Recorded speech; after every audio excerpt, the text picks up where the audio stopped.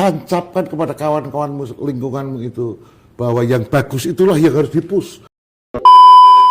Korea mentalitasnya akan menjadi mentalitas survival. Banyak yang bertanya nih Pak, kalau misalnya mau atau tertarik ya punya jiwa politik yang ingin mengabdi di DPR, yang pertama harus disiapkan itu ide atau dana Pak. Satu sosok Korea yang paling Bapak the bestnya menurut Pak Pacul itu siapa kira-kira? Berarti Pak Jokowi Korea kah?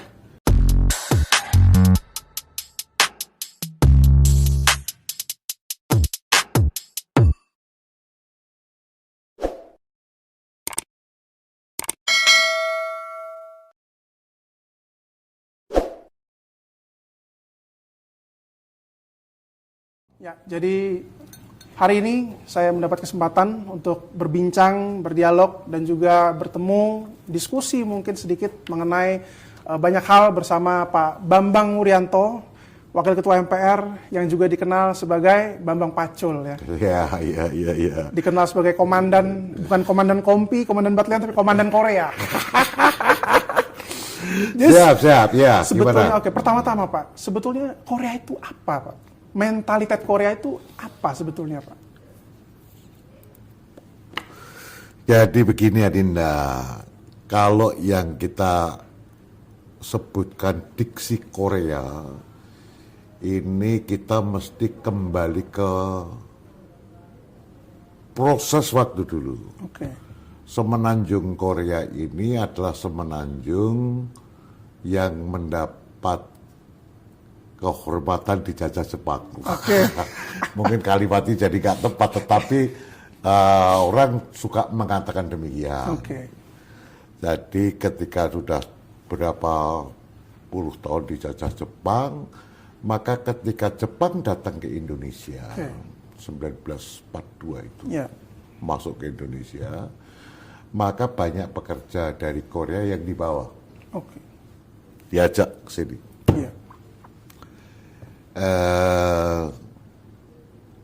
Itulah yang mengerjakan pekerjaan-pekerjaan kasar. Waktu itu Jepang ketika Kim Pin datang ke Indonesia adalah saudara tua. Nah, kan gitu tuh. Betul dulu. Kita sambut dengan gembira, happy. Kita matahari terbit dari timur ini kan, begitu deh ya. Happy kita. Ini sang si katokku ditambah wuri malah sedih kan, begitu ya. Dulu ya. Dalam keadaan susah, tapi happy. Betul. Nah, sesungguhnya bangsa Korea inilah yang bekerja di lapis paling bawah. Karena dia adalah suku atau bangsa yang terjajah oleh Jepang waktu itu. Sehingga kerjaan-kerjaan kasar ya mereka mengerjakan. Mereka lah yang kerjakan. Kalau biasa dalam lapis ya lapis paling bawah lah. Kalau kita bisa lapis sosial. Nah tapi ya. Lapisnya paling bawah. Nah paling bawah. Inilah yang kemudian ketika perjalanan di Indonesia ini, Korea inilah yang menjadi panggilan kita. Orang dari kelas bawah. Jadi Korea ini diasosiasikan dengan lapis pekerja kasar. Yang hanya punya tenaga dan hanya punya waktu. Paling bawah. Orang namanya orang terjajah, bagaimana? Nah, ketika kemudian kita sudah tidak lagi Jepang di sini, maka kita ini sering menyebut orang bawah menjadi Korea. Korea itu gimana? Gitu loh. Kakek saya itu pun ketika memanggil tenaga kita untuk menurunkan pupuk, mengatakan sama. Korea juga. Korea itu udah makan belum? Kalau udah makan itu segera diturun pupuknya dari truk, misalnya kan begitu. Jadi Korea di sini kita ambil diksi yang sudah lama ada. Sesungguhnya, ketika udah lama ada di Republik ini, kita hidupkan kembali. Kalau di wilayah Semarangan, Jawa Tengah, Solo sana, orang bicara Korea udah tahu. Itu memang korak-korak bawah itu udah tahu tuh. Jadi itulah yang saya katakan orang yang dari kelas paling bawah. Yang hidupnya susah. dan membangun mentalitasnya. Oke. Mereka adalah pekerja, para Korea waktu itu kata ceritanya. Itu orang yang nggak pernah kenal lah. Oke. Kerja terus. Nggak ada yang sakit katanya. Maka saya selalu mengatakan, sehatlah kau Korea gitu. Oke. Nah, sebelumnya kan Pak Pacul juga sempat bilang kepada saya waktu itu bahwa Korea itu adalah, atau mentalitas Korea itu adalah orang-orang yang bisa dan selalu melakukan kenekatan-kenekatan untuk melentingkan dirinya. Nah, bagaimana kemudian Bapak melentingkan diri Bapak itu, Pak? Nomor satu, Korea mentalitasnya akan menjadi mentalitas survival. Oke. The art of the survival mentality. Mentalitas untuk survive terus. Oke. Bahkan dengan seni. Oke. Untuk survival. Oke. Dan ketika udah kuat, gimana dia harus melenting? Keluar dari lapis paling bawah itu untuk naik ke lapis berikutnya. Lapis berikutnya. Oke. Ini diuji di lapangan. Oke. Gitu loh, diuji di lapangan. Jadi orang yang sudah pernah dihinakan, direndahkan, itu egonya akan turun. Oke. Dan ini akan dijalani. Maka Korea yang saya sebut jarak marah. Gitu loh. Kalau Korea masih gampang marah, belum lulus mentalitasnya. Belum lulus menjadi Korea. Belum lulus mentalitasnya. Oke. Sudah, kalau misalnya diimplementasikan dalam politik kita misalnya ini Pak, seperti apa sih sosok Korea itu yang selama ini Bapak gaungkan itu? Yang saya selalu mengatakan bahwa mentalitas Korea itu nomor satu harus fokus pada 3 hal. Yang saya sebut trifokus Korea. Nomor satu, dia harus menjaga badannya sehat. Karena itu modal utama. Yang kedua, harus happy. Harus happy. Gitu loh. Jadi meski dalam situasi sulit seperti apapun, selalu ada yang bisa kita bikin happy. Di dalam langit yang mendung hitam, selalu ada secercah sinar yang menerangi. Nah itulah Korea. Jadi nggak perlu Korea itu kemudian bersedih hati. Bergembira, harapan akan datang.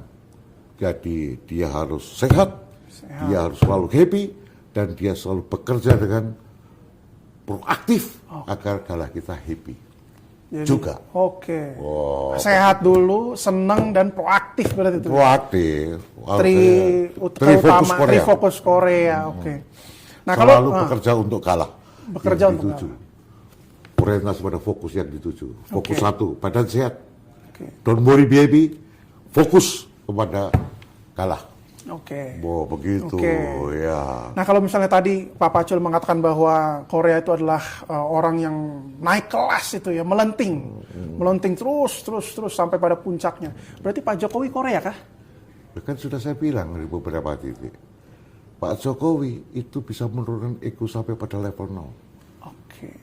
Pernahkah Diko lihat Pak Jokowi marah? Nggak pernah. Nggak pernah. Bentuk marahnya pasti berbeda. Betul. Karena beliau sudah apa ya istilahnya, ya mentalitasnya udah begitu, egonya udah turun, nggak marah, tapi dia fokus. Bambang Pacul orang yang pertama kali mengatakan itu tidak, Pak Jokowi itu tidak akan berhenti untuk menjadi gubernur DKI. Dia akan jadi presiden. Begitu. Dia akan bertempur keras. Jadi waktu itu saya dalam rapat DP mohon nggak usah dikasih rekom lah. Karena udah terucap itu ya bahwa dia akan presiden pokoknya. Ya, karena waktu itu aku belum bikin Korea-Koreaan. Belum. Tapi waktu itu saya melihat bahwa Pak Jokowi ini adalah mentalitasnya pantang patah. Dia akan mencapai cita-cita setinggi yang dia bisa capai. Gitu loh, ini Korea ini. Jadi kalau Pak Jokowi Korea, saya 100% Pak Jokowi Korea. Gitu loh. Nah kalau misalnya nih Pak, kita bicara mengenai politik kita di Indonesia sekarang ya, khususnya di parlemen, karena Bapak kan Wakil Ketua MPR, lalu juga sebelumnya Ketua Komisi 3 ya, Komisi DPR. Nah banyak yang bertanya nih Pak, kalau misalnya mau atau tertarik ya punya jiwa politik yang ingin mengabdi di DPR, yang pertama harus disiapkan itu ide atau dana, Pak? Ide atau dana? Dua kok pilihannya begitu. Pilihannya kok mesti ide sama dana.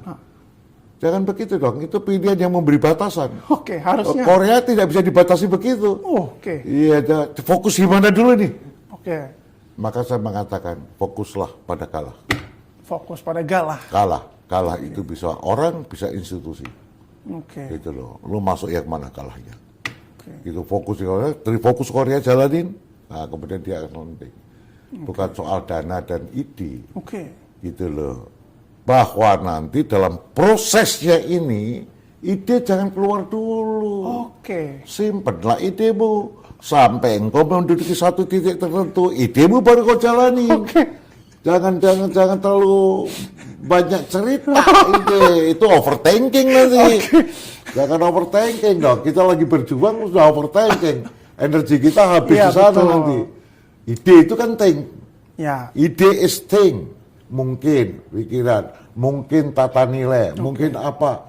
Ini kita agak turunkan ke bawah dulu. Kita kerja dulu. Buatlah galahmu happy. Sehingga galahmu mampu membantu melentingkanmu. Buatlah organisasimu happy. Sehingga kamu dianggap sebagai calon dari organisasimu yang pantas untuk dilentingkan. Begitu. Itu dulu. Kira-kira apa yang terjadi kalau ide duluan nih dia? Kalau ide duluan banyak musuh.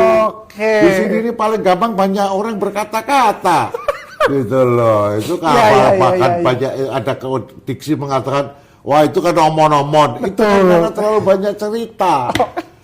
Korea jangan banyak cerita, bos. Korea banyak kerja. Kabinetnya Pak Jokowi kerja kan begitu. Dulu slogannya begitu. Itu Korea. Korea. Saya pernah dengar juga Bapak waktu itu mengatakan bahwa kalau kau belum punya jabatan, jangan terlalu banyak bicara. Kau dijauhi orang. Betulkah itu Pak dalam politik kita seperti itu? Iyalah. Gimana? Lebih bagus kerja atau lebih bagus bicara? Kerja, ya, pasti. Kerja dulu dong. Tunjukkan kata-kata secukupnya. Tunjukkan aja. Kalau memang disuruh bicara, kita bicara. Tekenlah emosi kita. Tekenlah kamu sok pandai. Orang sok pandai, kerja dulu. Bahasanya di dalam Korea, how to win the heart. Menangkan hati dulu. Hati. Galahmu, hati lingkunganmu, kau menangkan.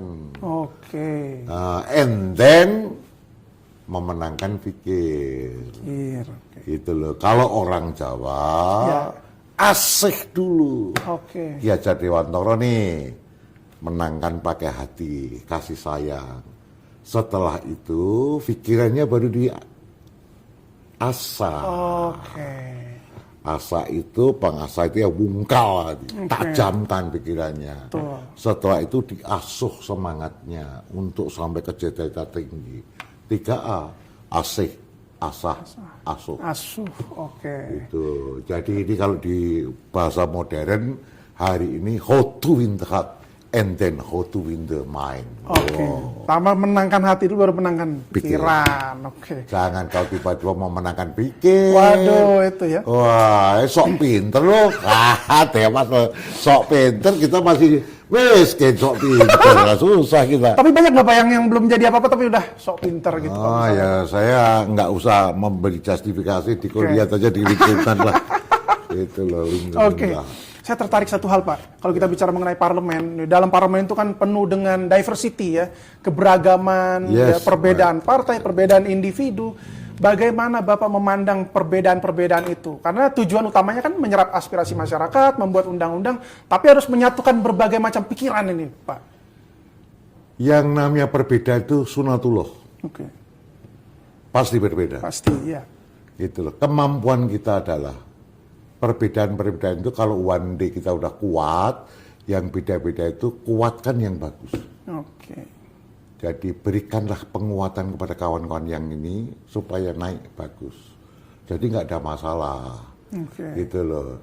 Yang buruk-buruk nggak usah dibicarakan. Kita kan paling suka kan ngeritiki kejelekan orang. Dapat apa? Yang bagus saja yang dikuatin. Kalau Mas Maurits itu yang kuat adalah di sektor misalnya kesehatannya bagus. Wah, kita puji itu kesehatannya. Coba deh, sehat terus. Mungkin kita coba dicek berapa kemampuan oksigen di paru-parunya. Oh, bisa jadi pelari ini. Nah, begitu-gitu. Jadi tancapkan kepada kawan-kawanmu lingkunganmu itu bahwa yang bagus itulah yang harus dipus. Yang jelek-jelek nggak usah dibicarakan. Hal positif yang harus diangkat berarti. Yang positif aja yang diangkat, yang jelek-jelek nggak usah. Apalagi membicarakan kejelekan orang di muka umum. Oh, janganlah itu, jangan. Korea tidak mengizinkan. Dan Korea, saya kira hampir semua Korea tidak akan pernah mengatakan itu. Misalnya si itu jelek itu kalau gini-gini, enggak usah. Tapi kekuatannya ini, misalnya. DPR ini gajinya kecil. Saya ini jadi DPR 2004. 2004 ya. 99 ke 2004 itu gaji DPR itu dari 3 juta menjadi 9 juta. 2004 itu gajinya 18 juta. 18 juta. Terus. Dan ketika masa bagus, keuangannya bagus, karena juga pemilunya juga makin susah, itu ketika Pak Setia Novanto menjadi ketua DPR di sini. Nah, itu keadaan keuangan jadi bagus. Gaji dinaikkan, tunjangan dinaikkan. Pak Setia Novanto. Jangan lupa, beliau juga Korea nih. Ya. Berikutnya Bang Dasko. Pak Sufmi Dasko. Iya Pak Profesor Dr. Insinyur Sumit Ahmad Dasko. Sumit Dasko Ahmad. Nah, ini. Itu juga bagus. Jadi di DPR ini hari ini keadaan keuangannya relatif aman Sulaiman. Aman Sentosa juga. Aman Sulaiman, ya. Itu hasil kreativitas dari para Korea itu. Para Korea juara ini. Berarti kayak Pak Setnov gitu, meskipun ada kesalahan, tapi yang diangkat yang positifnya berarti Pak ya? Positif aja. Kalau kesalahan kan itu, kalau kesalahan hukum kan itu urusan pengadilan, urusan jaksa, urusan hakim, urusan Pak polisi. Bukan urusan kita lah. Bukan orang Korea sipil kita kadang-kadang sudah seolah-olah sudah jadi jaksa, berikutnya jadi hakim, menuntut, kemudian mutusin, kemudian kadang-kadang udah nyelidiki pula, ampun deh. Ampun deh, itu kayak hebat-hebat, nggak usah. Tapi kan sekarang banyak nih orang yang ingin menjadi aktivis, Pak. Aktivis, lalu kemudian melihat apa yang menjadi sesuatu yang perlu dievaluasi. Nah, apa yang membedakan mengkritik atau mengangkat suatu hal yang negatif dengan evaluasi ini, Pak? Bertempurnya dalam kebijakan. Karena kebijakan adalah buah daripada ide. Gitu loh. Kebijakan itu buah daripada ide. Jadi kalau kita mau kritik itu kebijakan. Bukan orangnya ya. Bukan orang, jangan private. Kebijakannya aja. Kebijakannya ini apa? Ini bisnya apa? Idenya apa? Itu mesti kita baca pikiran orang yang mengeluarkan ide ini siapa? Kita pahami alam pikirnya. Setelah itu diturunkan dalam kebijakan itu rebahan. Ketika kebijakan ini dikeluarkan, maka kalau itu menyangkut APBN itu harus diikuti dengan aturan. Peraturan perundangan yang menyertai apa ini. Kan begitu. Setelah itu institusi apa yang melaksanakan. Berikutnya adalah aktor-aktor semacam apa yang dibutuhkan untuk eksekusi. SOP-nya kayak apa, aktornya mesti kayak apa. Ini ada menjadi satu rangkaian kesatuan sebagai bagian dari yang kita kritisi. Pelaksanaan kegiatan. Kebijakan itu juga. Kebijakan plus pelaksanaan kebijakan. Pelaksanaan kebijakan. Ini kita. Itu yang harus dievaluasi. Kita evaluasi. Jangan itu, wah ini jangan. Ini kebijakan kayak begini kan begitu. Itu Pak Pacul, wah itu, saya enggak.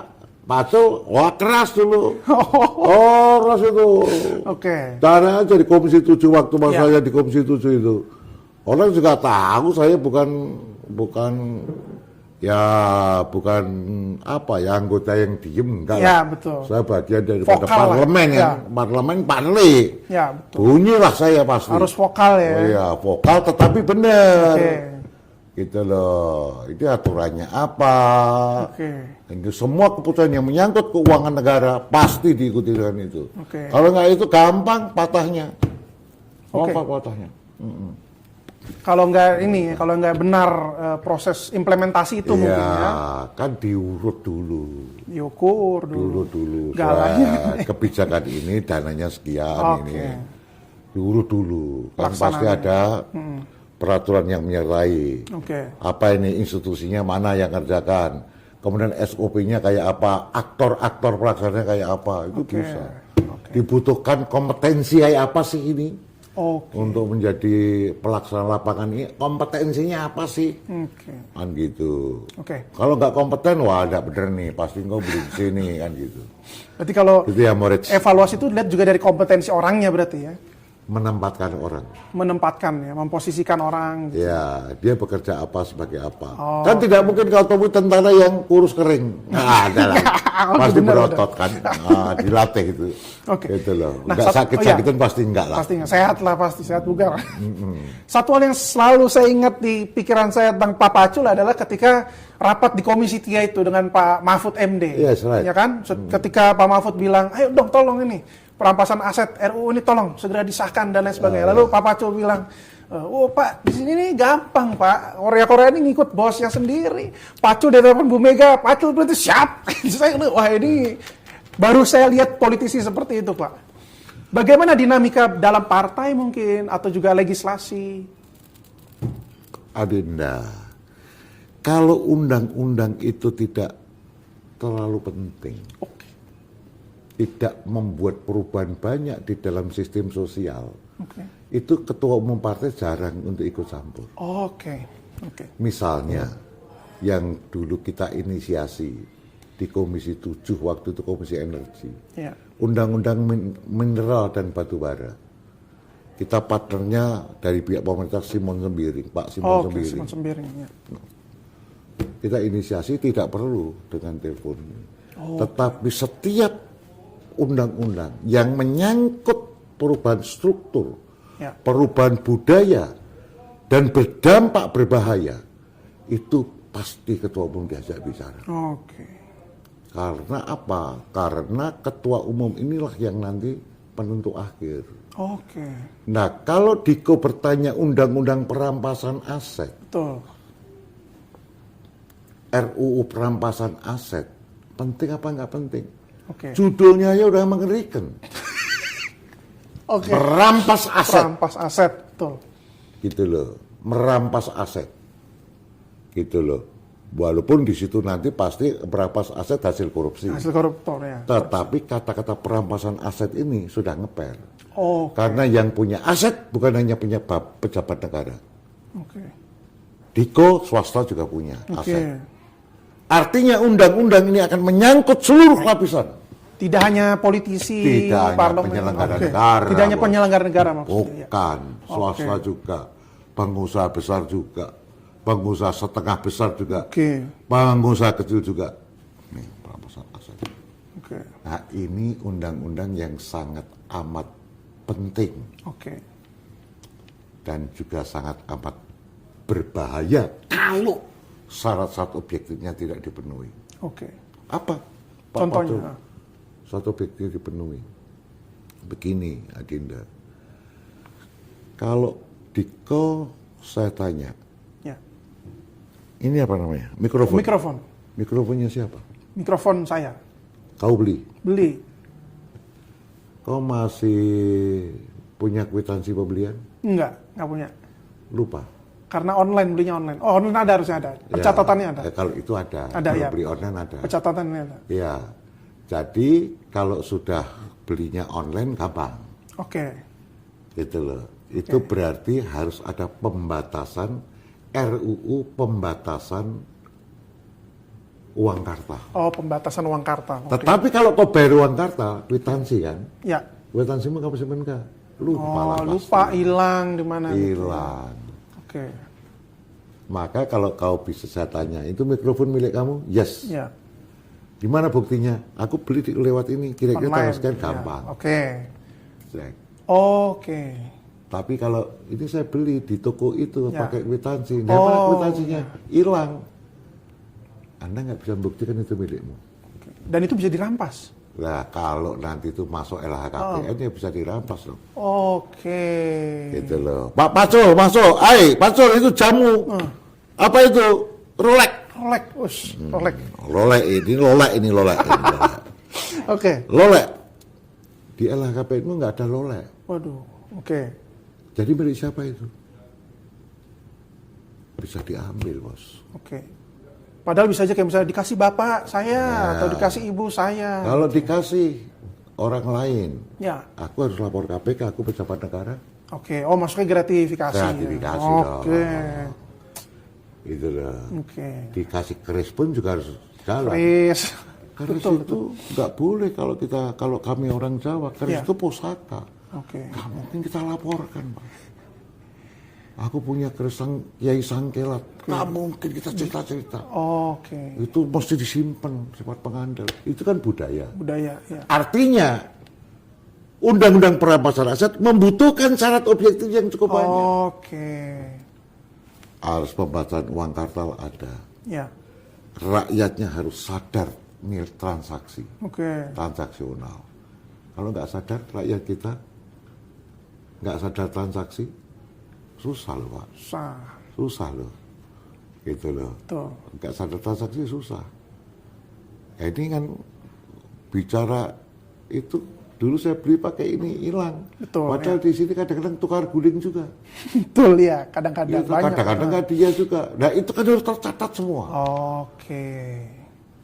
Di dalam rakyat kita, pikiran untuk sadar akuntansi, sadar transaksi, rendah. Oke, itulah pertimbangannya. Itu mungkin. harus ditimbang. Oke. Ini harus ditimbang. Tapi syarat-syarat objektif itu udah ada dalam RU-nya atau belum? Loh, syarat objektif itu kan kehidupan sekarang ini yang Ya. ada. Kan belum ada. Oke. Ini aku kan baru ngomong-ngomong soal ininya, kan Oke. contoh-contoh Ya, realnya ya, saja. Gitu loh. Belum saya mengatakan apakah penegak hukumnya sudah siap. Nah itu dia. Oke. Apakah integritasnya sudah bisa diuji. Oke. Bahasa menterengnya karakternya. Tuh. Kalau kita mendapatkan tanpa saya bermaksud mendiskreditkan penegak hukum, kalau saja ada oknum penegak hukum yang punya jabatan dan karakternya nggak benar, rusak Pak. Oke. Rusak. Jadi ini butuh banyak syarat. Oke. Maka Pak Mahfud MD itu jawab aja gampang Pak Mahfud MD, gampang itu. Tapi di situ saya tidak ngomong syarat objektif. Oke. Karena syarat objektif itu nanti datangnya di pembahasan. Oke. Harus dibahas Oh bersama pasti, semua. Ya, betul. pasti harus dibahas. Wah, undang-undang perampasan korupsi lah. Itu untuk mendukung korupsi. Kalau semua syarat objektifnya terpenuhi itu bagus banget. Oke. Pak Pasos itu 100% saya setuju. Tapi syarat objektifnya dipenuhi. Oke.